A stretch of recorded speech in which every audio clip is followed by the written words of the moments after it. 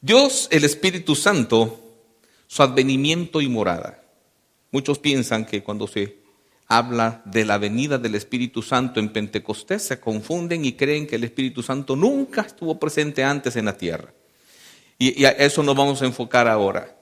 Posiblemente me brinque, solo mencione un ministerio, porque todavía no vamos a hablar en específico de ello, solo de uno, que es su morada, la morada del Espíritu Santo. Pero me voy a brincar uno, así que yo quiero aclarar eso, ¿verdad? Y para los que tal vez vean el video y van a decir, el pastor se está comiendo una información allí, de seguro la está manipulando, ¿verdad? Y es por la forma como estamos presentando esta enseñanza, es que solo voy a mencionar, ¿verdad?, la regeneración, y me voy a enfocar en la morada. Próximo domingo vamos a agarrarlos en una forma ordenada para que usted vea cómo funciona el Espíritu Santo a través de ello. A través de las edades el Espíritu Santo siempre ha estado presente como Dios omnipresente. Fíjese bien, el día que el Espíritu Santo o Dios mismo, como Hijo, como Padre, deje de estar en alguna parte, dejaría de ser omnipresente, y eso le quitaría cualidades como Dios, ¿verdad? Entonces, eso es importante que usted lo tenga. Él estuvo, ¿verdad?, en la creación del mundo, y queremos ver y dejar claro a qué se refiere al advenimiento o venida del Espíritu Santo el día del Pentecostés. La Biblia es clara en ciertos aspectos, aunque en el Antiguo Testamento no hay mucha información de ciertas cosas, de la forma como el Espíritu Santo está trabajando hoy, que sí tenemos información en el Nuevo Testamento. En el Antiguo Testamento no tenemos, por ejemplo, que el Espíritu Santo hiciera llenura o morada en las personas antes de Cristo Jesús. ¿Me estoy dando a entender?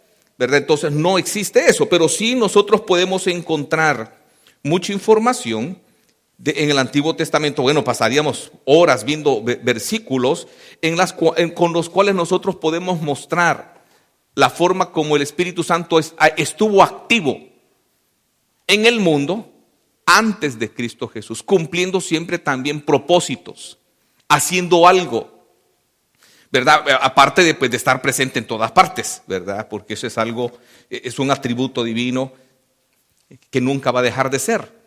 O sea, el Espíritu Santo siempre estuvo en la tierra. Siempre estuvo presente en la tierra. Fíjese bien, siempre estuvo presente en la tierra. Nosotros podemos, y fíjese bien, y estuvo siempre. La Biblia es clara también, y nosotros podemos verlo objetivamente, que para que las personas en el Antiguo Testamento también tuvieran arrepentimiento, buscaran a Dios y pudiesen ser salvos, también se debía a la forma como el Espíritu Santo trabajó en las vidas de estas personas. ¿Me entiende?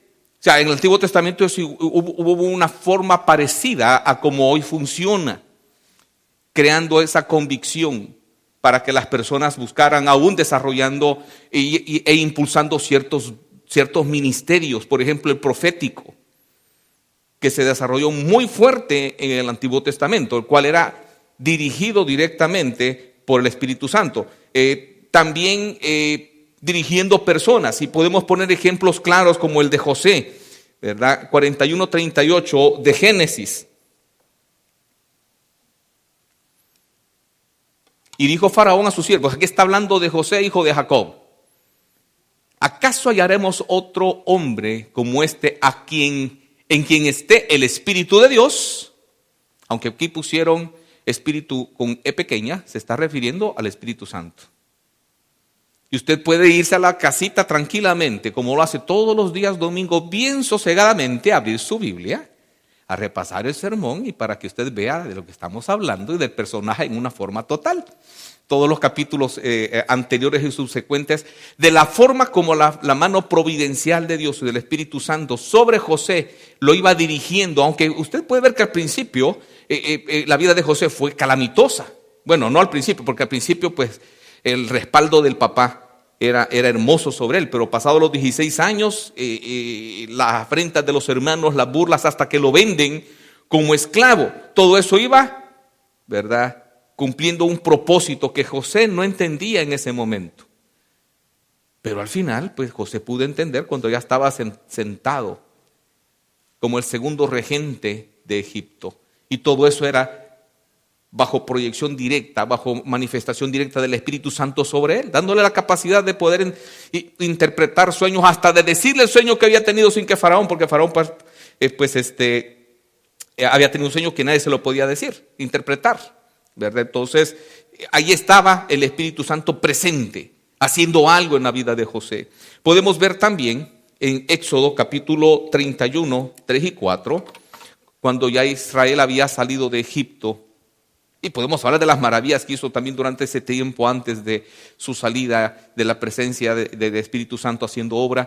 Pero en nosotros podemos ver con un personaje en el que Dios deposita a través de su Espíritu Santo la inspiración necesaria. Fíjese bien, Dios ya le había dado un don, pero también la inspiración necesaria para poder crear los objetos y los adornos que iban a ir en el templo que Dios le había mostrado a Moisés. Y lo he llenado del Espíritu de Dios en sabiduría, este es Dios mismo hablando, y en inteligencia, en ciencia y en todo arte, para inventar diseños, para trabajar en oro, en plata y en bronce, ¿verdad? Entonces, esos diseños hermosos que tuvo el santuario, que llevaban estos metales preciosos. Dios, ¿verdad? Es a través del Espíritu Santo que se manifiesta y comienza a trabajar y a hacer esos diseños para que fueran fieles como lo que Dios le había mostrado a Moisés a través de una revelación. ¿Quién lo hizo? El Espíritu Santo. ¿Por qué estamos viendo esto? Para que veamos que el Espíritu Santo también estuvo haciendo cosas, ministerios y ciertas situaciones en las que estuvo involucrado antes de la venida de Cristo al mundo. En Números 27, 18, que es otro,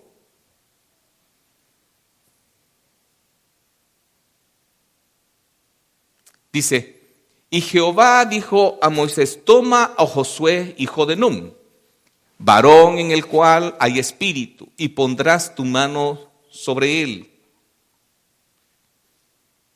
Dios estaba aquí, simple y sencillamente. Fíjese bien, ya le había dado. ¿Cuál? El don de liderazgo para desarrollar. ¿A quién estaba poniendo, verdad? Era a Josué, diciéndole prácticamente a Moisés: el día que tú te mueras, quien va a quedar dirigiendo este grupo va a ser, ¿verdad? A Josué. Ya estaba decidido, escogido y dado, pero tenía que hacerse visible a toda la gente. Entonces también la instrucción era: ora frente a todo el mundo y pondrás tu mano sobre él, como una forma de traspaso de mando. Pero ¿quién era el que estaba aquí y dándole la fuerza a Josué para ser líder? El Espíritu Santo. Entonces estaba una muestra más. Entonces, y podemos luego pasar y darles un ejemplo de cada libro de la Escritura donde se menciona qué hacía el Espíritu Santo y cómo lo hacía.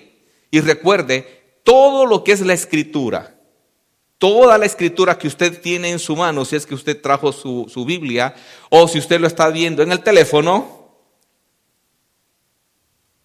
fue inspirada por Dios a través del Espíritu Santo. ¿Me entiende? Toda Escritura es inspirada por Dios. El Espíritu Santo estuvo activo en la revelación a los profetas, interactuando con ellos en la forma como iba a ser representado, utilizando la misma cosmovisión o visión del mundo de cada profeta, o la interpretación de la vida de cada profeta a través de los mismos oficios que los profetas tenían para inspirar la Escritura. Usted va a decir: soy yo complicado, ¿verdad? Pero pues, ¿qué habrá imposible para Dios? Pues absolutamente nada. Entonces el Espíritu Santo estuvo haciendo milagros, haciendo obra, porque el poder activo en los milagros que nosotros podemos ver en el Antiguo Testamento era el Espíritu Santo. Amén, hermano.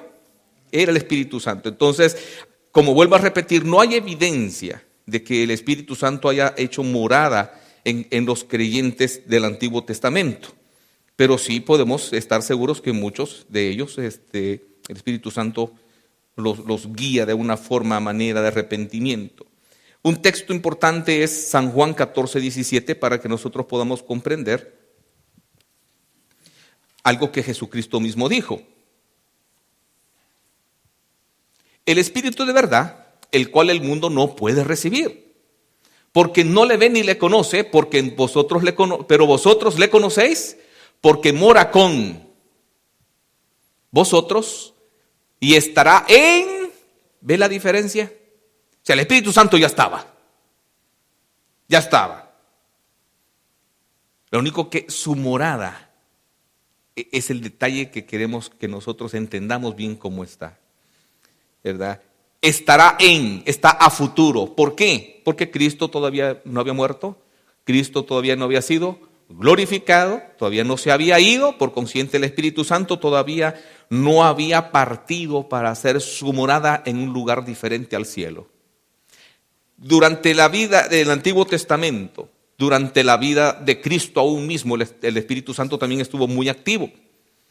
Por desgracia, por cuestiones de tiempo, no podemos enfocarnos en el ministerio de Jesucristo de una forma activa, pero hay una cantidad vasta de información en los evangelios de la forma como el Espíritu Santo se reveló, al punto de que Cristo mismo, cualquier blasfemia contra el Hijo del Hombre será perdonada, pero contra el Espíritu Santo nunca será perdonada. ¿Recuerda? Entonces, para mostrarle un ejemplo de la forma como estuvo activa el Espíritu Santo durante el ministerio de Jesús. Entonces, ¿qué pasa entonces con respecto a lo que la Biblia dice de que vino, si ya estaba? No sé si usted alguna vez se preguntó o simple y sencillamente nunca, ¿cómo que se llama? Nunca había puesto cuidado a eso. Porque si decimos vino y usted no puso cuidado a lo que pasó en el Antiguo Testamento, puede creer que el Espíritu Santo nunca estuvo en el mundo antes de eso. ¿Verdad? Es decir, vino el Espíritu, en Pentecostés vino el Espíritu Santo, ¿verdad? Durante el Antiguo Testamento, durante el ministerio de Jesús, la morada, fíjese bien, la morada del Espíritu Santo era el cielo, como la morada del Padre. Por 33 años y medio, la morada del Hijo, Jesucristo, fue la tierra.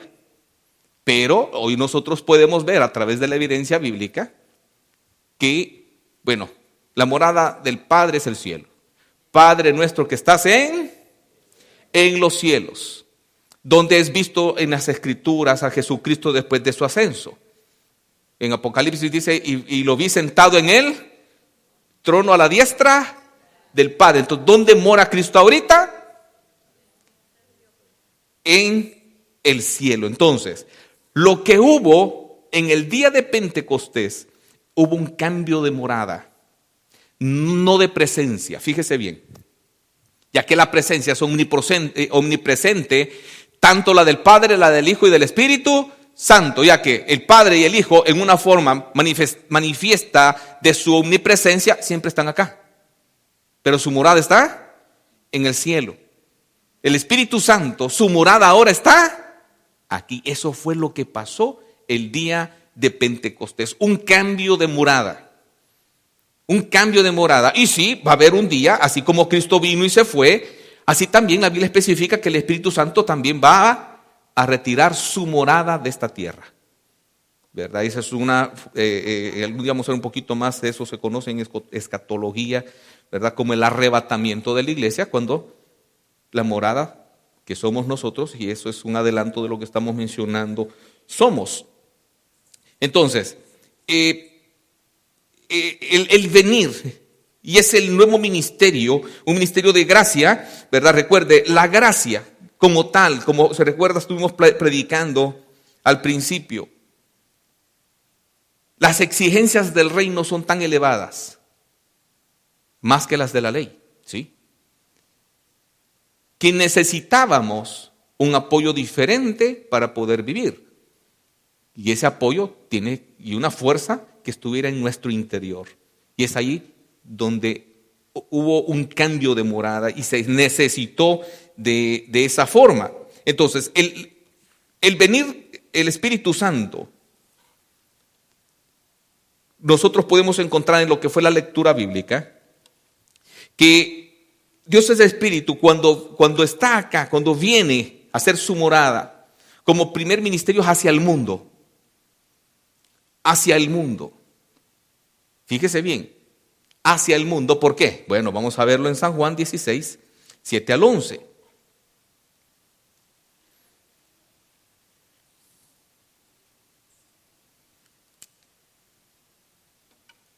Pero os digo la verdad, os conviene que me vaya, porque si no fuera, el Consolador no vendría a vosotros, mas si me fuere, os lo enviaré. Y cuando Él venga, convencerá al mundo de pecado, de justicia y de juicio. Nos vamos a quedar ahí. De pecado, de justicia y de juicio. Eso es súper importante. O sea, esto es lo que necesitamos todos los que estamos acá en un momento. Es la iluminación del Espíritu Santo. ¿Me entiende? Para poder entender el problema en el que estamos. De pecado, de justicia. Entonces, y esto comienza antes de que nosotros fuésemos cristianos.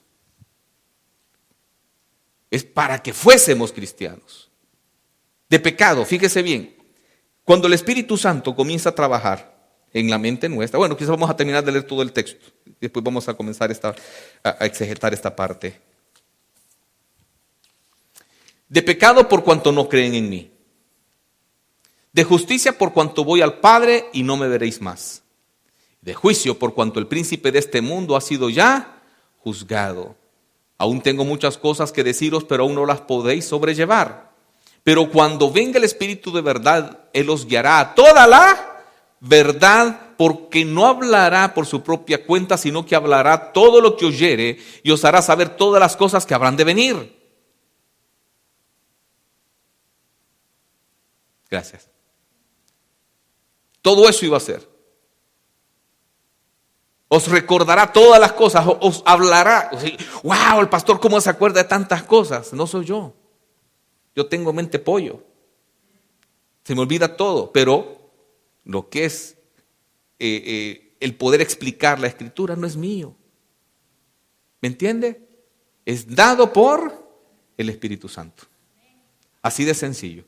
Por consiguiente, no tiene que por qué decir, pero si yo solo en la escuela a mí me llamaban cuatrero.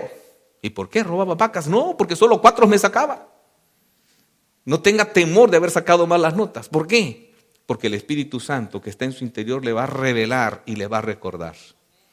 Y es como le digo, el primer ministerio, ¿verdad? Y entender, fíjese bien, el poder entender que el pecado de incredulidad en Jesucristo es lo único que permanece entre tú y tu salvación.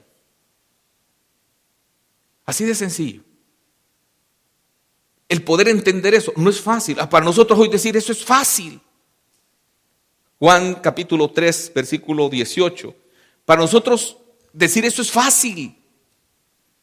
Entenderlo para nosotros, sí, amén, aleluya. Pero ¿cuánto te costó llegar a ese punto? ¿Cuántas veces cuando se te evangelizó, tú dijiste, no estoy preparado? ¿Me equivoco? O cruzó en tu mente, hay que dejar al Señor, yo tengo que dejar esto, tengo que dejar aquella también. Y se interpone. Y un montón de cosas que se interponen en tu mente, que tú te imaginas circunstancias para poder recibir a Cristo. Y es tu incredulidad en Cristo el único estorbo.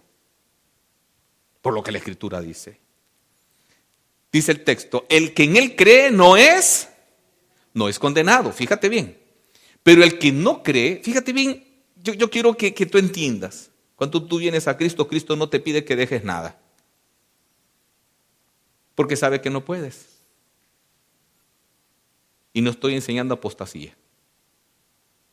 ¡Ay, el pastor ora! Deme un texto en el que diga, deja tu pecado, ve y acepta a Cristo.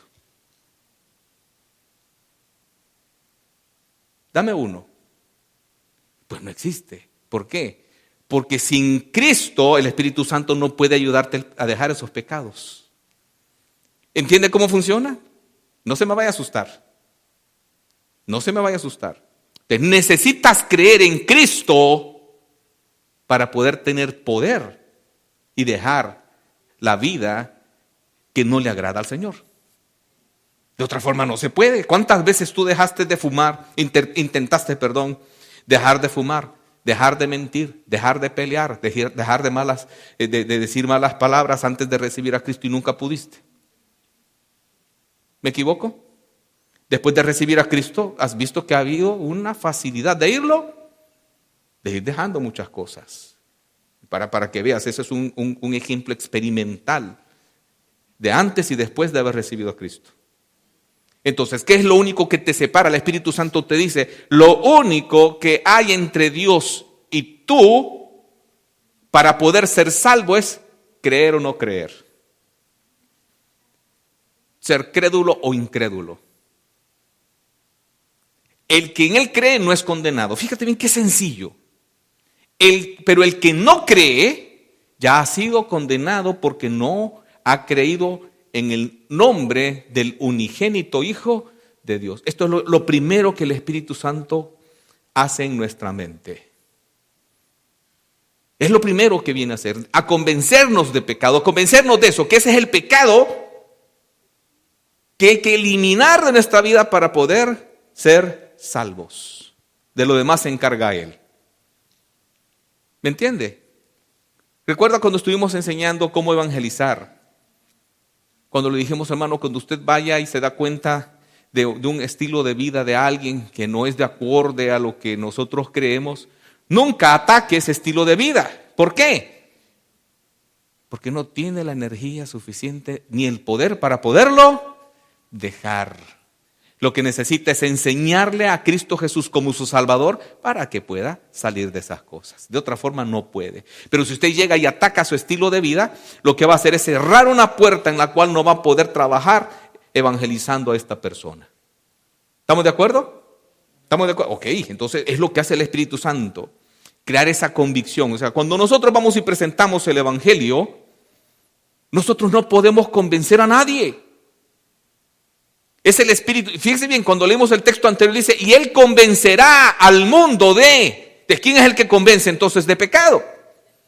El Espíritu Santo. Nosotros somos instrumentos nada más de pasar la palabra a la persona y que está actuando en ese momento es el Espíritu Santo Dios. Para que la persona pueda entender que la única forma de arreglar su problema con Dios es a través de recibir a Jesús. No existe otra.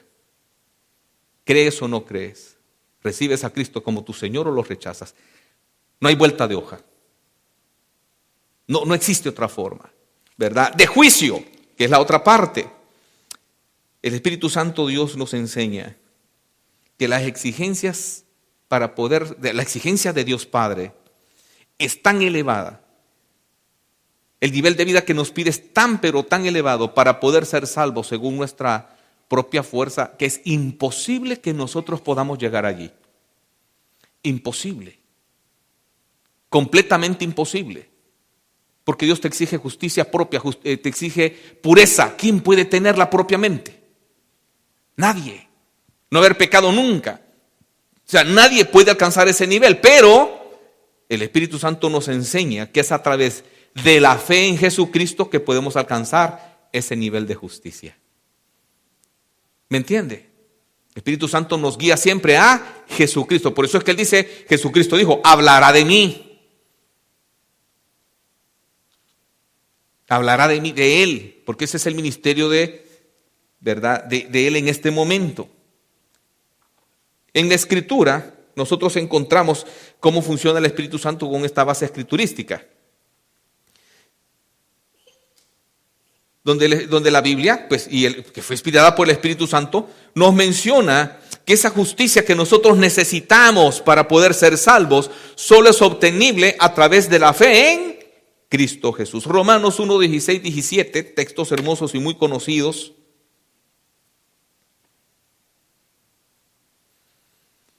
Porque no me avergüenzo del evangelio, porque es poder de Dios para salvación a todo aquel que cree, al judío primeramente y también al griego. Está hablando de la fe, no de tu obra. ¿Por qué? Porque la palabra y Dios mismo, a través de la Escritura, nos guía con el Espíritu Santo para entender que las obras están completamente fuera de la salvación. Y solo se negocian a través de la fe. ¿Por qué? Porque, vuelvo a repetir, es tan alto la demanda de Dios a nivel de justicia que es imposible a través de la obra humana alcanzarla. Entonces nos guía a través de la fe, porque en el evangelio la justicia de Dios, el poder alcanzar, el ser declarado justo y ser salvo, se revela por fe y mas como está escrito, mas el justo por su fe vivirá, no por su obra, no por su obra, no por lo que pueda hacer, sino por lo que alcance a creer, que es Cristo quien te salva. Y fíjese bien que se revela por fe y para fe. O sea, comienza creyendo y termina creyendo. No comienza creyendo y termina obrando. Es por fe y para fe. No existe otra forma. Ese es el evangelio. Y a eso te guía el Espíritu Santo. Que la justicia, como la ha determinado Dios hoy día después de la muerte de Jesús, solo es obtenida a través de creer en la suficiencia de Cristo Jesús. Y no en tu obra, no en tu capacidad. Romanos 3:22.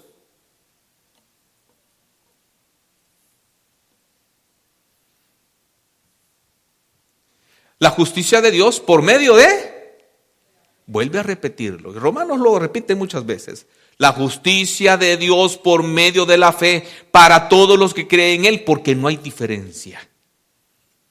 No hay diferencia, tanto para el judío como para el gentil, para el no judío. Es igual, creer en Cristo Jesús. Y ahí recibimos como un regalo el ser declarado justo. No existe otra forma, no existe otra manera. Romanos 4:5, disculpe si voy a comenzar a acelerar un poquito, pero no he terminado la introducción.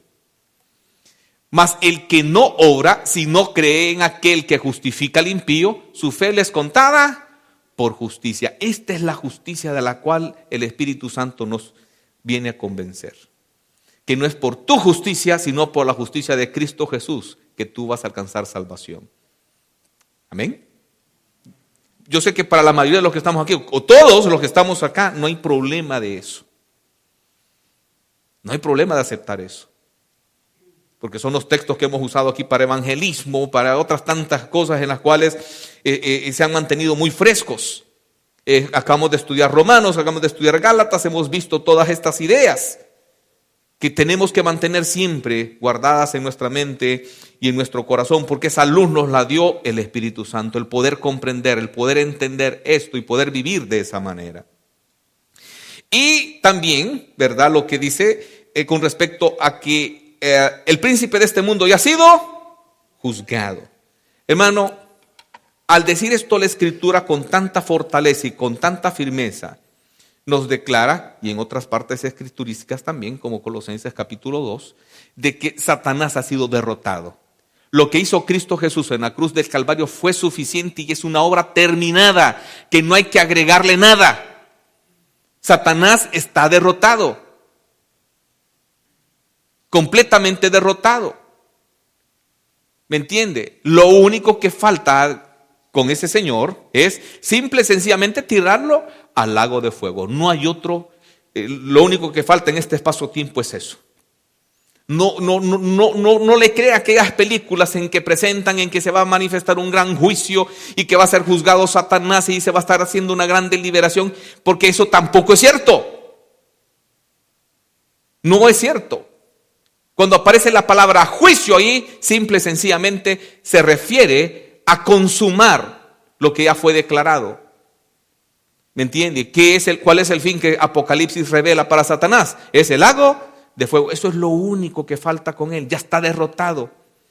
Y esto también nos da evidencia de que no hay nadie que se interponga entre la salvación una vez otorgada de parte de Dios al que ha recibido a Cristo. No hay nada que pueda oponerse, no hay nada que pueda destruirla, no hay nada que pueda afectarla, por mucho que Satanás trabaje en tu contra. No podrá destruir lo que Dios ya hizo. Porque ya ha sido derrotado. El príncipe de este mundo. Y fíjense que le dice el príncipe. Hasta ese momento todavía. Ya ha sido juzgado y derrotado. O sea, cuando Cristo estaba hablando de esto, todavía no había ido a la cruz del Calvario. Pero era un hecho tan cierto en la mente de Jesús, que él iba a morir en la cruz del Calvario, que ya se daba por sentado que Satanás estaba derrotado. Y si eso fue antes de la cruz del Calvario, que había esa gran seguridad, hoy después de la cruz del Calvario, el Espíritu Santo nos revela que es algo efectivo y algo hecho. ¿Verdad? Y por consiguiente no tenemos que tenerle temor. Cuando una persona recibe a Jesús, el primer paso del Espíritu Santo en el mundo es ese: convencernos de pecado, de justicia, de juicio. Y aunque no podemos comprender todo eso, la totalidad de esa expresión, con que entendamos que Jesucristo es la justicia que necesitamos, con eso somos salvos, aunque no comprendamos a totalidad lo demás. ¿Me entiende, hermano? Porque es posible que lo demás hasta ahorita usted se esté dando cuenta porque lo estamos explicando de esta forma. Y usted ya es salvo. ¿Me doy a entender? Entonces, no es necesario que usted comprenda la Biblia de principio a fin para usted ser salvo. Con que usted entienda que Jesucristo pagó su deuda es más que suficiente. Y que usted recibe a Cristo por fe. Entonces, el segundo ministerio que ella hace, y a eso ya lo hace con los conversos, es la regeneración, que vamos a explicar el próximo domingo. El próximo domingo nos vamos a extender, ¿verdad? Entonces, después de la regeneración, el cristiano está preparado para ser morada del Espíritu Santo. Y cuando dice morada, se refiere a casa. Fíjate bien. Se refiere a posesión. A que tú eres mío. Yo vivo aquí. A eso se refiere. Ya no te mandas solo. Quien está dentro de ti es quien manda. A eso se refiere.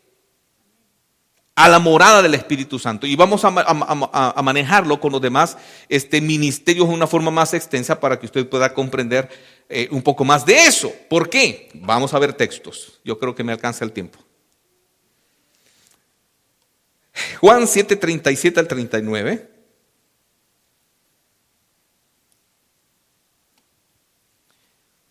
En el último y gran día de la fiesta, Jesús se puso en pie y alzó la voz diciendo: si alguno tiene sed, venga a mí y beba.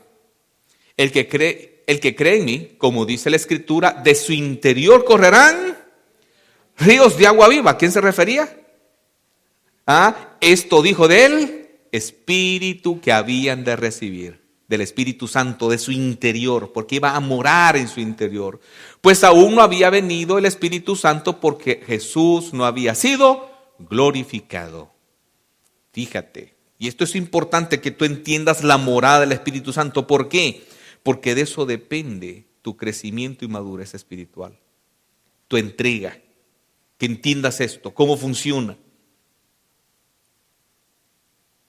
¿Me entiende, hermano? Para que usted pueda decir: Señor, mira este defecto en mi carácter, este problema de vicio, esta compulsión que he tenido por años. Necesito entregártela a ti para que tú cambies mi estilo de vida. Entonces, y puedes entender que el poder viene de tu interior, no porque lo tengas tú, es porque mora el Espíritu Santo. O sea, el poder no viene de ti, como los gnósticos dicen: conócete a ti y conocerás a Dios. No es así. Conoce la Biblia y conocerás cómo funciona, eso sí. Y es a través del Espíritu Santo. Bien, Hechos 11, 15 al 17.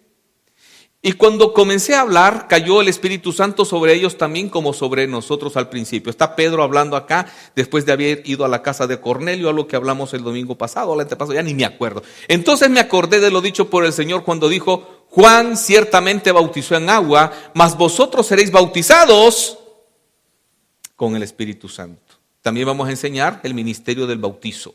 Si Dios pues les concedió también el mismo don que a nosotros, que hemos creído en el Señor Jesucristo, ¿quién era yo para que pudiese estorbar a Dios? O sea, aquí Pedro estaba diciendo, así como lo recibimos nosotros judíos, lo están recibiendo también los gentiles, ¿verdad? En una forma. Romanos 5:5, disculpe si comienzo a acelerar más. Y la esperanza no avergüenza, porque el amor de Dios ha sido derramado en nuestros corazones por el Espíritu Santo que nos fue dado. Fue, ¿cuándo? Cuando recibiste a Cristo. ¿Me entiende, hermano? Cuando tú lo recibiste, y vamos a extender esa idea con la regeneración el próximo domingo, te limpia y mora en ti. Limpia la casa, porque el Espíritu Santo no puede morar en una casa sucia, llena de pecados. Te limpia y luego mora en ti. Y en casa limpia el Espíritu Santo puede morar. Y es lo que se conoce como el nuevo nacimiento, ¿verdad? Vamos a extenderlo próximo domingo. 8, 9 al 11 de Romanos. Mas vosotros no vivís según la carne, sino según el Espíritu. Si es que el Espíritu de Dios, ¿qué? Mora en vosotros. Esa es la señal inequívoca de que alguien es salvo. ¿Tiene la morada del Espíritu Santo o no? Tienes al Espíritu Santo, tienes la salvación, porque ese es también algo que la Biblia llama como el sello. También discúlpenme, hermano, pero lo vamos a hablar otro día. No alcanza el tiempo. Si alguno no tiene el Espíritu de Cristo, no es salvo. O sea, no es de él. Pero si Cristo está en vosotros, el cuerpo en verdad está muerto a causa del pecado, mas el Espíritu vive a causa de la justicia de Cristo Jesús. Primera de Corintios 6, 19 al 20.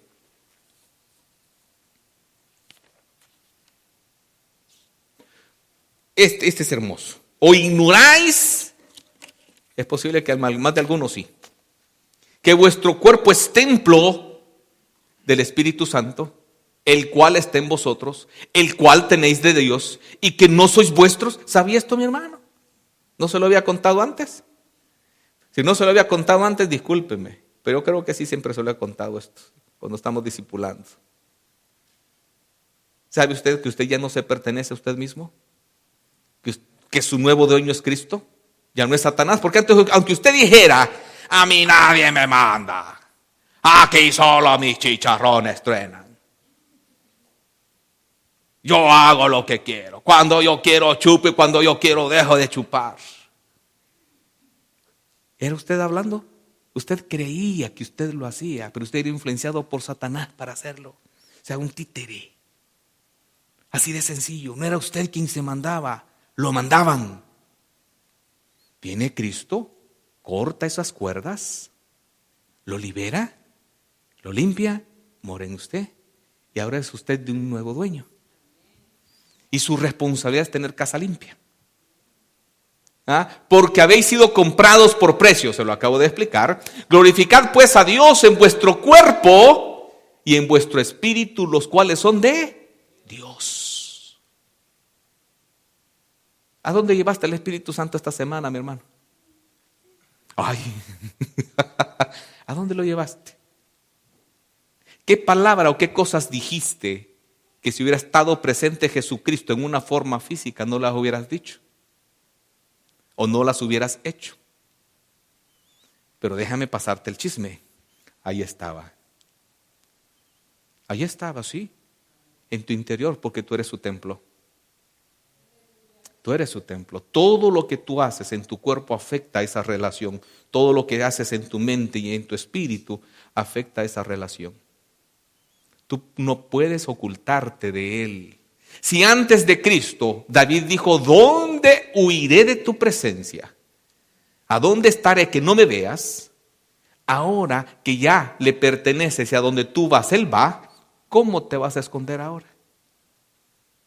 ¿Me entiende? Yo sé que hay muchos que pueden tener vergüenza de cosas que han hecho y que no se acordaban o no sabían. Pero si tú fuiste evangelizado acá, sí lo sabías. Porque son cosas que enseño, lo más básico. Para mí esto es lo básico. Por eso es que he comenzado de lo básico para llegar a un poquito más fuerte, un poco más adelante. Tienes que entender que desde el día que recibiste a Cristo, le perteneces. Eres templo y morada del Espíritu Santo. Ya no eres tuyo. No afectes tu relación con Dios haciendo cosas que a Dios no le agraden. No la afectes. Porque tú eres su casa. El templo de Dios no es este edificio, es tu cuerpo.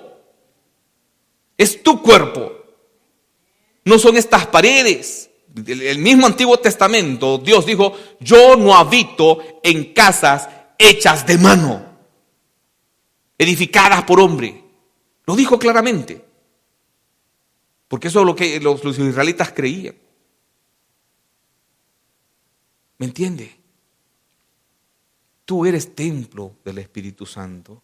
Y vamos a ver primero Dios el próximo domingo en qué más afecta la presencia del Espíritu Santo y su morada en nosotros. Vamos a hablar, como les dije, de la regeneración, vamos a hablar del sellamiento, vamos a hablar del bautizo del Espíritu Santo, ¿verdad? De su llenura. Vamos a hablar claramente qué es la llenura del Espíritu Santo, ¿verdad? Bíblicamente. Son cosas que tú tienes que comprender si realmente quieres cambiar tu estilo de vida. Recuerda, el Espíritu Santo mora en ti. Que Dios te bendiga.